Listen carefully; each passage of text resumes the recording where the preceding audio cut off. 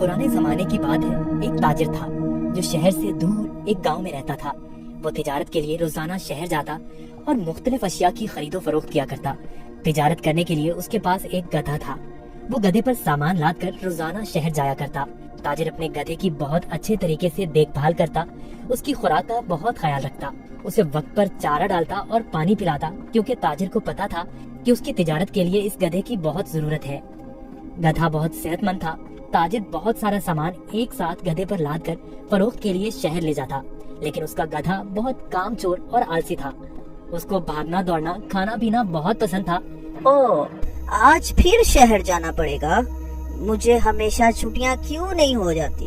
मुझे छुट्टियां बहुत पसंद हैं।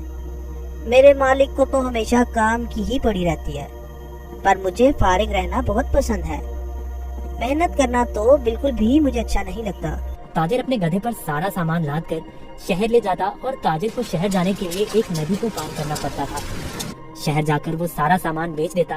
ताजिर को हर रोज बाजार की मांग के मुताबिक अशिया की तिजारत करनी पड़ती थी।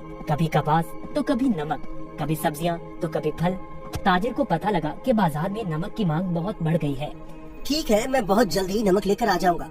उसने अपने गधे पर 4 बोरियां नमक की लादी और उसको मालूम हो गया कि 4 बोरियों का वजन काफी ज्यादा है।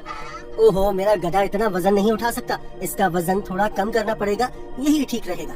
उसने गधे की पीठ से एक बोरी उतार दी, फिर भी गधा आगे जाने के लिए तैयार नहीं था।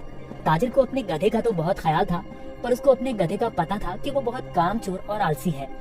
उसने एक छड़ी गधे की पीठ पर मारी और उसे बाजार ले जाने की कोशिश करने लगा।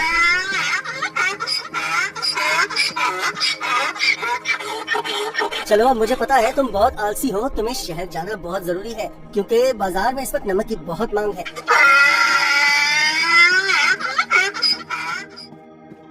ताजिर ने सारा नमक फरोख्त कर दिया। ओहो, सच में बाजार में नमक की बहुत मांग है। ताजिर ने फिर रोज की तरह शहर में नमक फरोख्त करना शुरू कर दिया।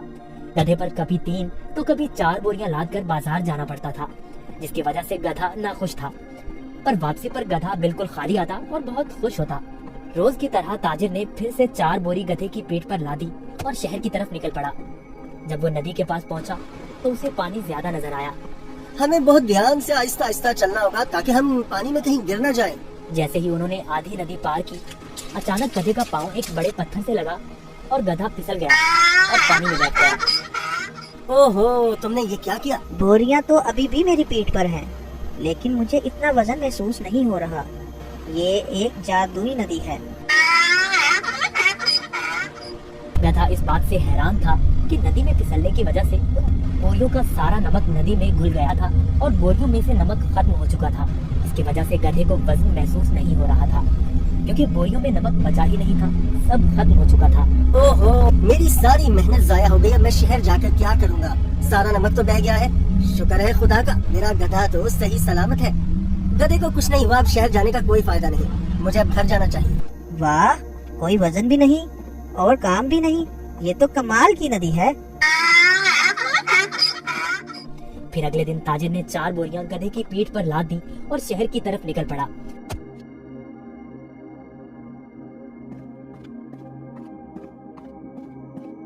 आहा, कल का दिन कितना अच्छा था। कोई काम भी नहीं करना पड़ा था। आज मुझे फिर काम करना पड़ रहा है। ठीक है, आज फिर से मैं आलसीपन दिखाता हूँ और अपना वजन कम करता हूँ। फिर तो मैं नदी से ही घर वापस जा सकता हूँ, कल की तरह। वो एक जादुई नदी है जो मेरा वजन कम कर देती है। वो कल की तरह आज भी मेरी मदद करेगी। ताजिर उस दिन गधे की चालाकी से बिल्कुल बेखबर था। रोज की तरह ताजिर अपने गधे के साथ इस नदी के पास पहुंचा तो गधा ताजिर से पहले ही इस नदी की तरफ जाने लगा। ताजिर ने उसे रोका। रुको रुको। गधा फिर से नदी में फिसल गया जहाँ वो पहली बार फिसला था। ओहो, तुमने क्या किया? काहे गधे, जल्दी से बाहर आओ। लेकिन बहुत देर हो चुकी थी। बोरियों का सारा नमक नदी में घुल गया। गधे को अब कोई वजन महसूस नहीं हो रहा था।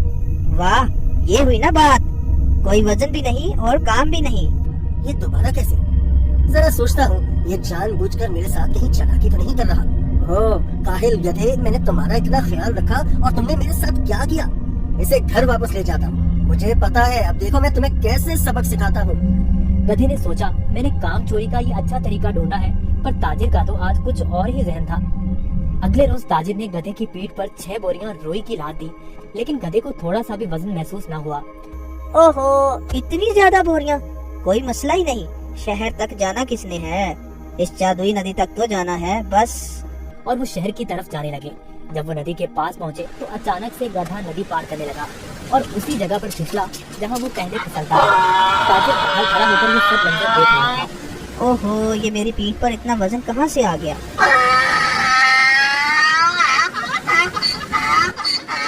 ताजिर बहुत समझदार आदमी था। उसको पता चल गया कि उसका गधा जानबूझकर ये सब उसके साथ कर रहा है।